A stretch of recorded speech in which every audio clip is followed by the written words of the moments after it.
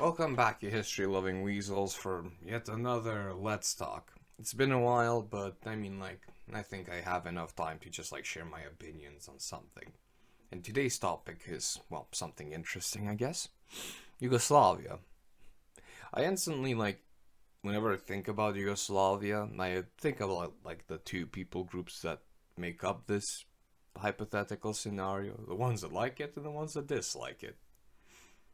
Clearly, the people that did like it are the people which remember it by the Tito age, where it had a prosperous age, where it wasn't part of the Iron Curtain under Stalin's rule or any Soviet rule for that case. And people remember it by how much it grew compared to every other Balkan nation, even comparably to Greece, which wasn't a communist nation. It outpaced its economy. It had a larger population. But how would Yugoslavia be right now if they kept on existing or if they didn't fall apart? Like that. So anyways, if you have the population of Serbia, Croatia, Bosnia, Macedonia, Montenegro, Kosovo, and Slovenia all in one, you'd get roughly less than 21 million. Comparatively, Yugoslavia, before it fell, it had a population of 23 million. And that's because of the war that happened a long time ago, which displaced almost a million people, and the population decline that came afterwards was people, just leaving the former Yugoslav states or either dying out outright. But if Yugoslavia kept on existing and the fall didn't happen, how I would have seen it is simply just the communist system still exists as a unifying factor, and as the sole surviving communist country, they should be priding themselves off after that, just like how China is. I mean, they probably could be doing the same type of reforms as China, opening up markets and shit, but still having an authoritarian ruler. So, if we talk about stats in general, you'll have the population of Yugoslavia not falling, not totally just shitting itself. The population, if it would have kept on existing till now, would be close from 25 to 30 million, in between there, or close to there. So, yeah, it would have been the most populous country in all of the Balkans.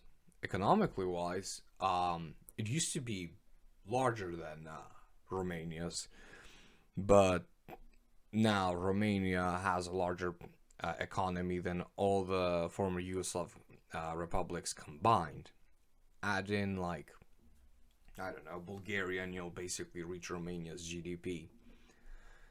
But if Yugoslavia kept on existing, then they probably would be close to 250 to 300 billion US dollars in GDP.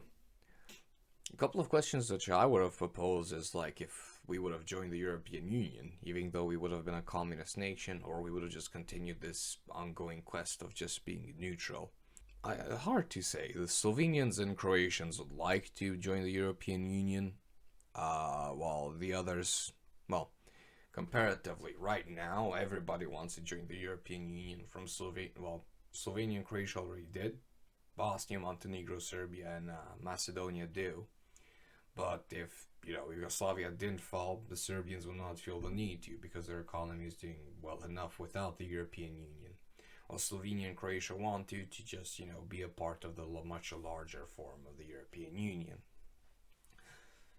If we don't fight under ethnic tensions or because of ethnicities, then clearly the problem would be around everything around the economy.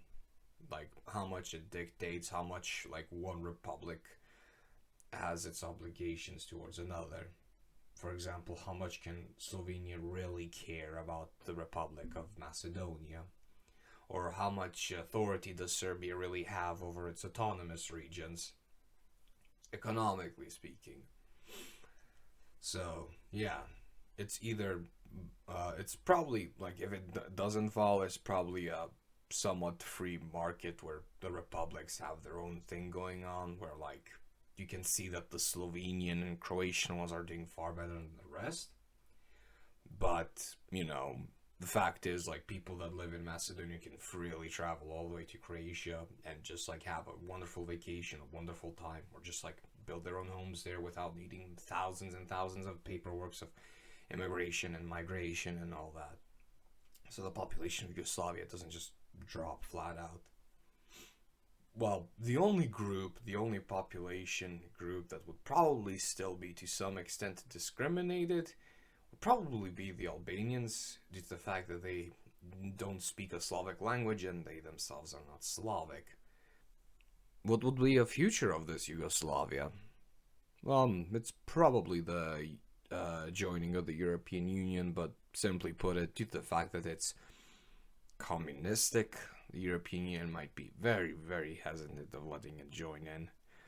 But I think after like 20 years from now, like 2040, if Yugoslavia existed, even if they had a communist party system like they used to, they might have just joined and just changed the history of Europe forever.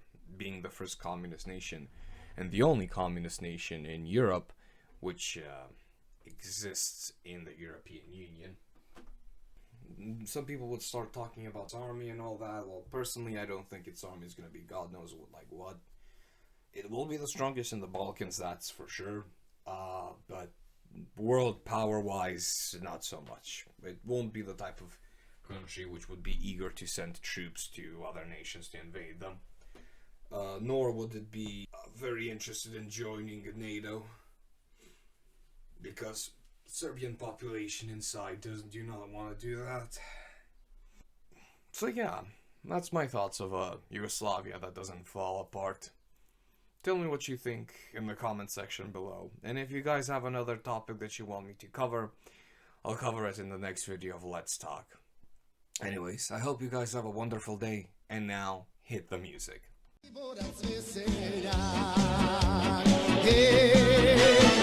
Artilleria, Bosana Zambia, Artilleria, Bosana Zambia.